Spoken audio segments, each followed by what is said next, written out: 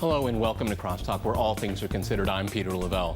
When the national security state is given an inch, will it always take much more than a mile? For years, we were routinely told the government does not spy on citizens. Now we know this is not true. We are spied upon in an unbelievably massive way. And it's not just surveillance. Oversight of the intelligence community has been shown to be cavalier. This is also true of torture, kidnapping, detention, assassination by drones, and death squads. Do we need a supercomputer to keep track of the many ways we're deceived?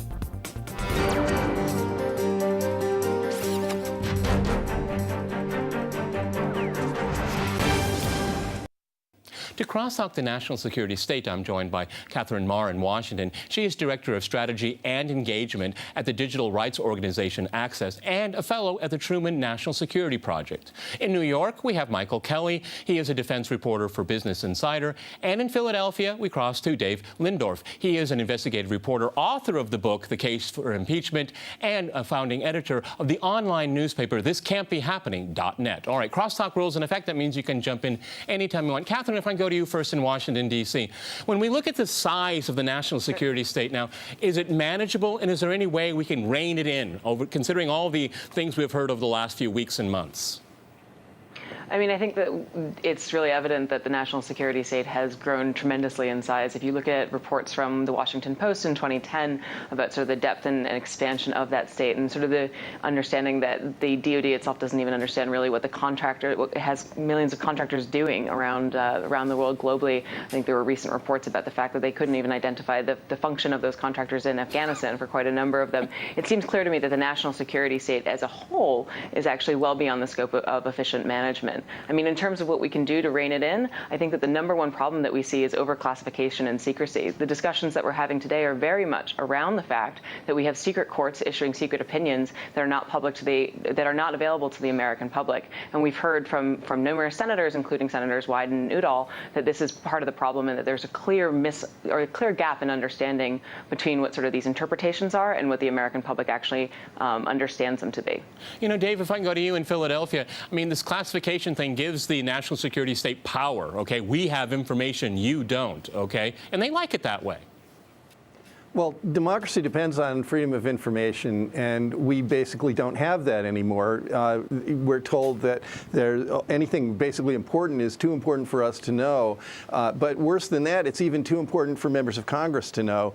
And so, and even when they're told it under rules of secrecy that they aren't allowed to tell us. That, I mean, it was really ridiculous that Senator Wyden said he knew this terrible stuff that Americans would be really ballistic over if they knew, but he couldn't tell us because he was sworn to secrecy. The problem is there's no courage in Congress, even from people like Senator Wyden, to say, well, wait, I took another oath, and that was to uphold and defend the Constitution, and that takes priority over these silly secrecy oaths. He should have been out a year or two ago when he found out and told us exactly, the American people, what it is that the NSA is doing, what it is that the FBI is doing. But I think even maybe beyond that, a bigger problem, not to do with classification, is that the American people have been suckered into this fear that of terrorism that makes people say, oh, well, I'm willing to surrender all of these rights to privacy because I'm so afraid of terrorism. And until the American people wake up and say and demand that this stuff be stopped and that it be opened up, we're really falling into a deep, deep hole with this national security mentality. Michael, what do you think about that? I mean, it's turned into a huge industry. I mean, it's vast. The budgets are vast. Every organization, every bureaucracy wants more and more and more, and fear sells. Well, particularly to the NSA, it goes beyond classification and the public and what they know, because the Silicon Valley, the tech companies help build this domestic spying apparatus, or even the global spying apparatus. So the actual hardware and technology is intertwined with private companies. So if you were going to try to rein that in, you're going to have to deal with private companies that share information regularly with intelligence agencies, and they get classified intelligence back. So you have a partnership, a public-private partnership that you would have to get to really the meat of it, even before you decide to, or even after you decide to declassify things and get the American people to wake up. You know, Catherine, how do you feel about that? I mean, when we have Google and Facebook and all these other companies, I mean, we don't know how willing they were. They claim they weren't, okay? But is this an added facet for you? You know, when we look at from like the Cold War to today, I mean, we have now private companies that are doing the work for the government against us. Well, I mean, I think the interesting thing here is that if those companies are doing the work for the government, that's really in a passive way. I mean, we are elective consumers of their services. And when we do use those services, there are certain things about our use of those services, like content data, the content of our emails, for example, or our chats, that are implicit or intrinsic functions of the services. And then there's data like metadata, which I think is at the heart of sort of the discussion about the mobile phone concerns with regards to the court order on Verizon, that the systems just leak as a part of the structure of the systems themselves and the way that they transmit information. And that's very hard, in fact, to reveal. Now, we don't actually have any sort of expectation of privacy with regards to metadata because of a 1979 Supreme Court decision with regards to those public consumer records. So I think that, you know, with that understanding and expectation, that's not necessarily something that the companies have tremendous control over. There's actually precedent within sort of the American common law.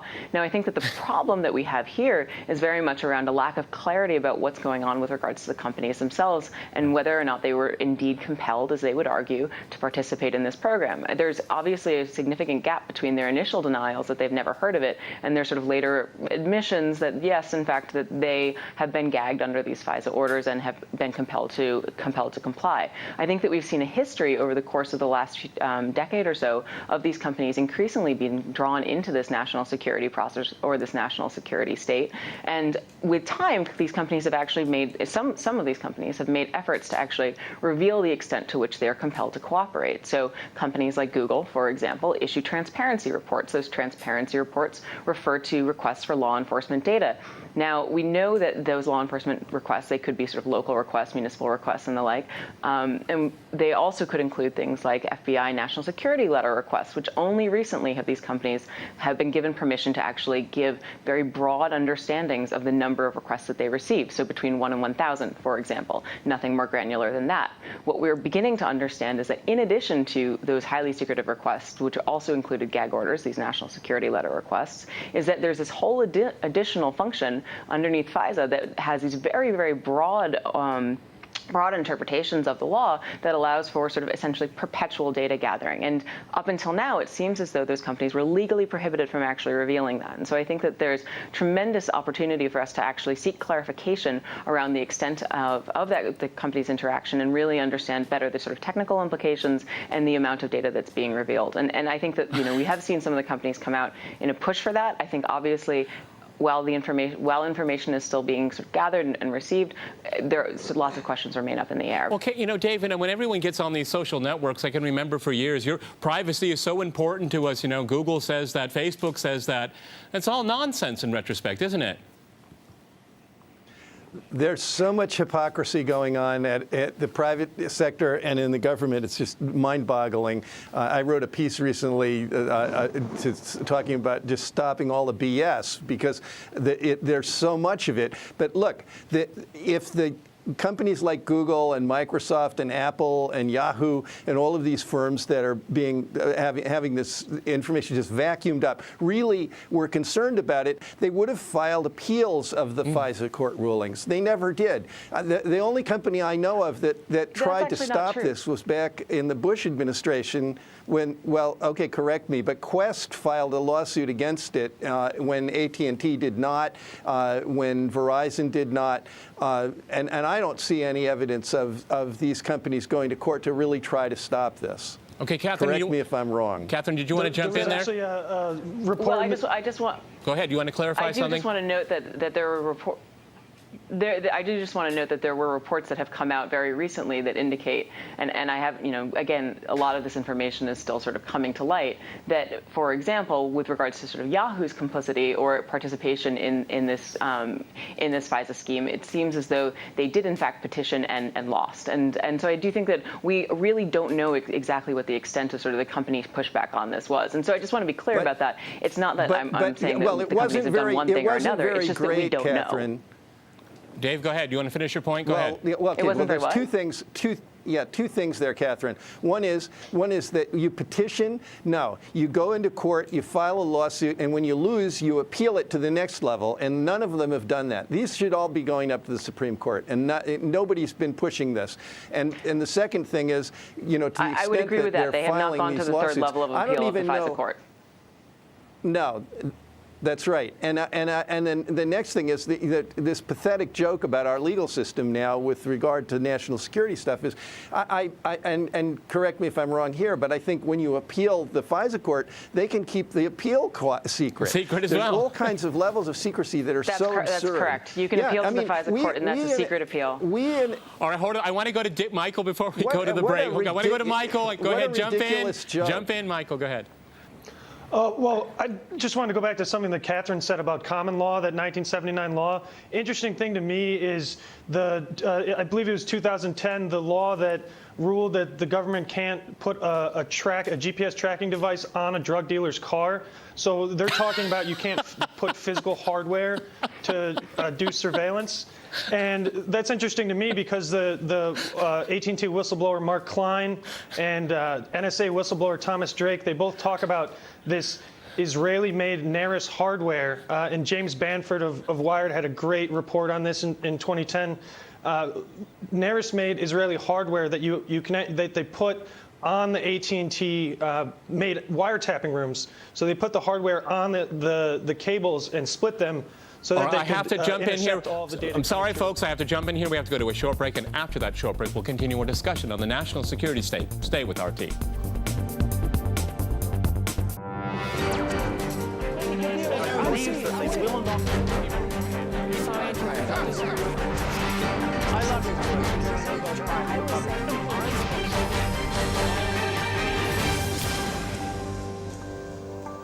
Welcome back to Crosstalk, where all things are considered. I'm Peter Lavelle. To remind you, we're discussing the national security state.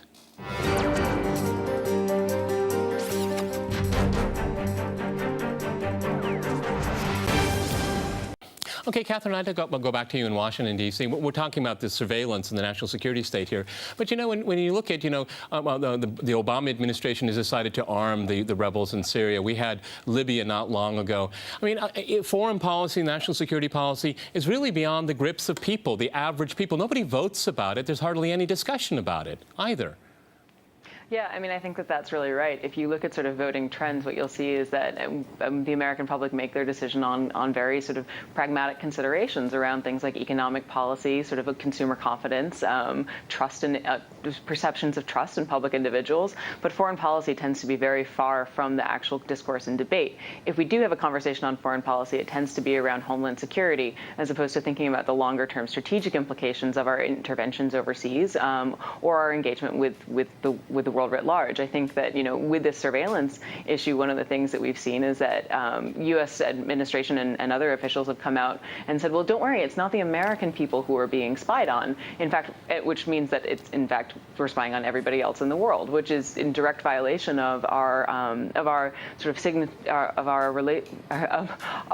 role as a signatory to the International Convention on Civil and Political Rights, which is a UN human rights instrument upon which we use to judge other countries with regards to their behavior and human rights, like their respective human rights. And so I think, that's incredibly problematic when we start actually engaging with sort of violations of these universal rights at the global level, at a foreign policy level, in a way that puts us up for a sort of judgment against this dual standard. Okay. Michael, what do you think about that? Because, I was kind of a child of the Vietnam War, a very small child, okay? But, there was a big national discussion about that war. And I've never seen such a national discussion about war and national security since then, well, with the exception of these recent leaks.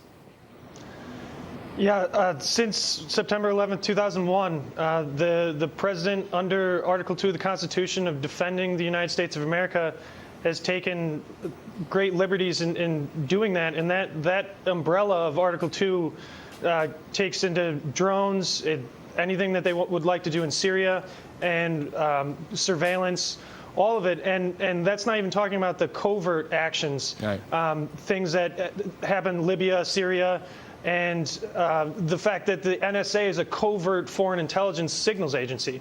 So all this stuff, it was supposed to be secret, and then it just got too big, and you had whistleblowers, you had human beings that said they couldn't take it anymore.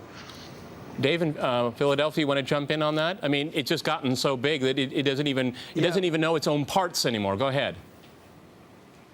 Well, it is amazing. I mean, I was an activist against the war back in the 60s and had the FBI investigating me. You know, I have an FBI file. I had people telling me they'd been visited by the FBI all over my anti-war activities. Now we have a sort of a fragmented, weakened anti-war movement, and it is actually investigated under the counterterrorism rubric of our national security state. So, I mean, it's unbelievable. So when you oppose the war now, you're considered a terrorist. If you look also at the Occupy movement, that was investigated by the counterterrorism organizations around the country. I forget the terms they used for the unifying of police and private security and the FBI, that they set up about 21 of these centers around the country that were monitoring and harassing and interfering with these demonstrations, which were peaceful, which were legal, and which had permits and everything.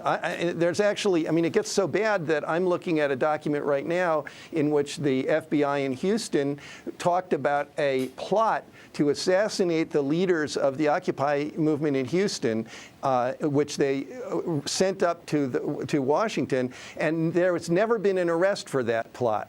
All right, we don't know who it was, but the FBI talked about it very casually in their memo. So, I mean, it could have been the Houston police involved, it could have been the bank security guards involved, but somebody was planning on using sniper rifles, according to the FBI memo, to assassinate these leaders. This is what we're entering into here. It's far beyond what the Church Committee showed in the COINTELPRO investigations from the Nixon era. Well, Dave, you read my mind. Catherine, do we need a Church Committee? It's exactly what my next question was going to be. Is there the political will for it? Go ahead.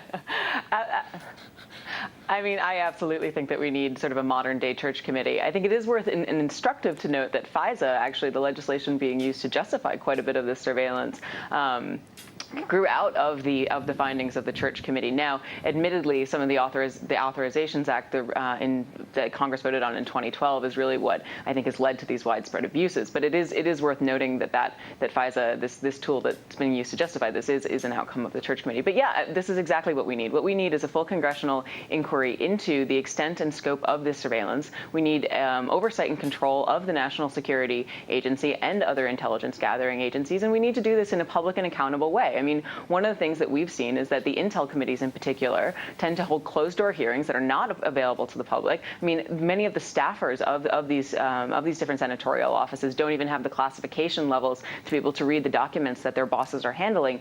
The degree of secrecy and the lack of information that we have about what is actually going on is completely staggering. We need a committee, we need investigations, we need it to be open to the public, and we need it now. And we need the political willpower to do so. And it's clear that's not coming from the administration. They're perfectly happy supporting these programs in a direct violation of prior statements, and certainly, you know, as someone's made the point earlier with regards to sort of congressional willpower and congressional support, there are certainly people who are dissenting. We haven't yet seen sort of the outrage that I think that the American public deserve.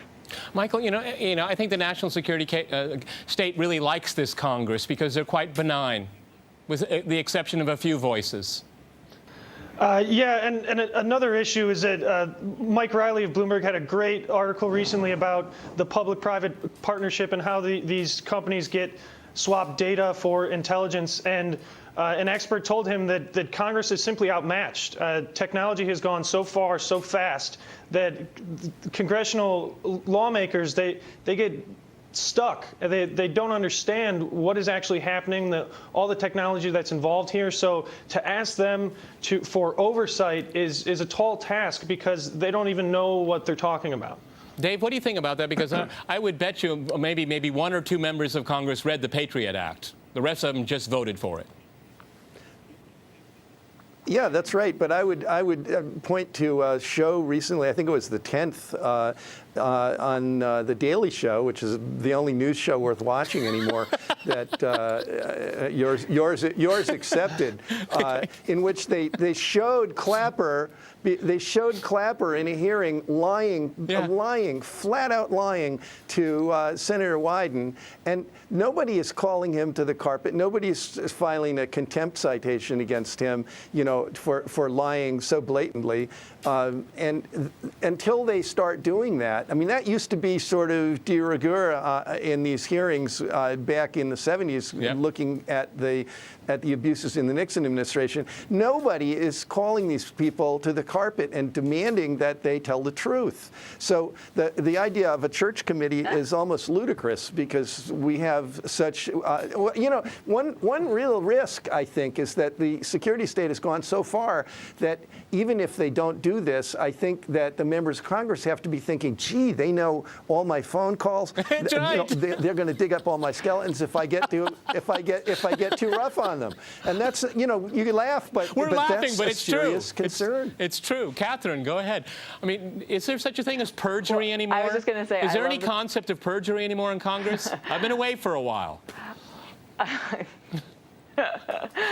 Beats me. I mean, I love the fact that Freedom Works, which is a right-leaning sort of political action group, called for Lindsey Graham. If he's so okay with secrecy, could he just release his bank details? I mean, just give us all the passwords to his email. But it's a campaign that they're running currently, and I think that that's really fascinating. What you've seen is this uniting the far left and the far right and saying, wait a minute, this is completely unacceptable. This is a bipartisan issue. This is not in any way sort of a thing for political football. This is about the Constitution and constitutional rights. And I think that it's instructive. So I don't remember if it was David or Michael who mentioned earlier, the thing that all of these individuals do is they swear to defend the Constitution first and foremost. That is their oath of office. And it's not about defending the national security state. It's not about defending even the security of the homeland. It's defending the Constitution. And it's clear that these programs are in clear violation of the First and Fourth Amendment. And I feel as though... I'm sorry? Go ahead, Dave, jump in. It's not about keeping America safe either. I almost blew my coffee through my nose when in one of the debates President Obama got on and he said, my first responsibility is keeping Americans safe. I said, what? That's not your first responsibility. No, and then he said, my second responsibility his second responsibility was to defend the Constitution. Yeah, that's his oath. He said first America safe and second the Constitution. That's his oath. Right. And that's the wrong order. Okay, Michael, jump in here. The oath is to defend the Constitution. Have we forgotten the Constitution in the United States? Well, it goes to my point of Article 2, the defending the nation. He'll say Article 2 first and the rest of the Constitution later. And that's why I really think that if something occurs here, it's going to happen in the courts. It's an Electronic Frontier Foundation just won a big case in which they got a ruling in which they could, moving forward so that the FISA secret ruling that said that the NSA surveillance violated the Fourth Amendment at least one time, they want to see that, and the court knocked down the DOJ's argument saying that it was secret and said that, well, actually, potentially they can see this. And then the second one is the ACLU. They just sued the DOJ because over this metadata, and they said, well, this leak says that Verizon is giving you hundreds of millions of call records a day, and we're a Verizon customer, therefore we have standing, and you're taking this metadata, which violates the First and Fourth Amendment of the Constitution, just collecting it, and then you're taking it to build profiles of everyone that has intimate associations, where you're moving, where you're going, and that is a further intrusion of everyone's freedom. Okay, we've run out of time. I'm sure NSA has recorded this program, and we'll watch it later. Many thanks to my guests today in Washington, New York, and in Philadelphia. And thanks to our viewers for watching us here at RT. See you next time, and remember, crosstalk rules.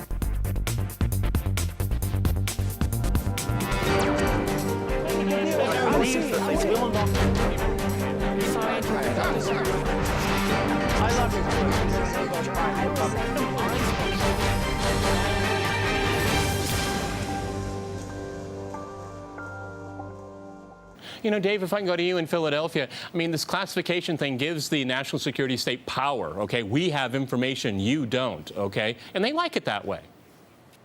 Well, democracy depends on freedom of information, and we basically don't have that anymore. We're told that anything basically important is too important for us to know. But worse than that, it's even too important for members of Congress to know. And so, and even when they're told it under rules of secrecy that they aren't allowed to tell us. I mean, it was really ridiculous that Senator Wyden. Hello and welcome to Crosstalk, where all things are considered. I'm Peter Lavelle. When the national security state is given an inch, will it always take much more than a mile? For years, we were routinely told the government does not spy on citizens. Now we know this is not true. We are spied upon in an unbelievably massive way. And it's not just surveillance. Oversight of the intelligence community has been shown to be cavalier. This is also true of torture, kidnapping, detention, assassination by drones, and death squads. Do we need a supercomputer to keep track of the many ways we're deceived? Anytime you want. Catherine, if I can go to you first in Washington, D.C. When we look at the size of the national security state now, is it manageable, and is there any way we can rein it in, considering all the things we've heard over the last few weeks and months? I mean, I think that it's really evident that the national security state has grown tremendously in size. If you look at reports from the Washington Post in 2010 about sort of the depth and expansion of that state, and sort of the understanding that the DoD itself doesn't even understand really what it has millions of contractors doing around the world globally. I think there were recent reports about the fact that they couldn't even identify the function of those contractors in Afghanistan for quite a number of them. It seems clear to me that the national security state as a whole is actually well beyond the scope of efficient management. I mean, in terms of what we can do to rein it in, I think that the number one problem that we see is overclassification and secrecy. The discussions that we're having today are very much around the fact that we have secret courts issuing secret opinions that are not available to the American public. And we've heard from numerous senators, including Senators Wyden and Udall, that this is part of the problem, and that there's a clear gap in understanding between what sort of these interpretations are and what the American public actually understands them to be.